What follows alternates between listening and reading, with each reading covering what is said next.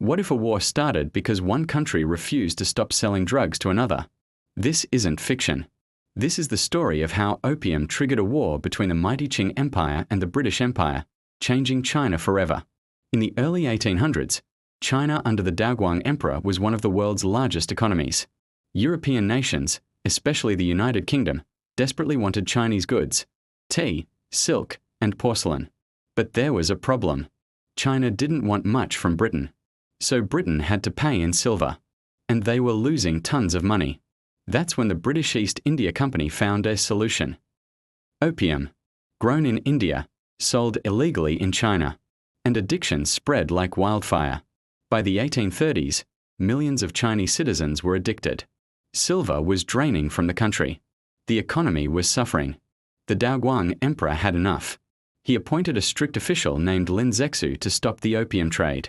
In 1839, Lin confiscated and destroyed over 20,000 chests of British opium in Canton. To Britain, this wasn't law enforcement. It was destruction of private property. And they demanded compensation. China refused. Britain responded with war. The First Opium War had begun. The Qing Dynasty's army was large, but outdated. Britain had steam-powered warships and modern weapons. Battle after battle, China was defeated along its coastline. It wasn't even close. By 1842, China was forced to surrender. The war ended with the Treaty of Nanjing. Its terms were harsh. China had to pay massive reparations, open 5 ports to British trade, and give Britain control of Hong Kong. This marked the beginning of what China calls the Century of Humiliation. And it didn't stop there. A second conflict, the Second Opium War, would follow years later. The Opium Wars reshaped global power. They weakened the Qing dynasty and expanded Western influence in Asia. And they fueled anti-foreign resentment in China that still echoes today.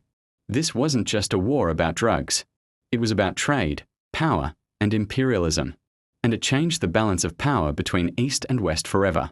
History isn't just about kings and battles. Sometimes it's about economics. Sometimes it's about addiction.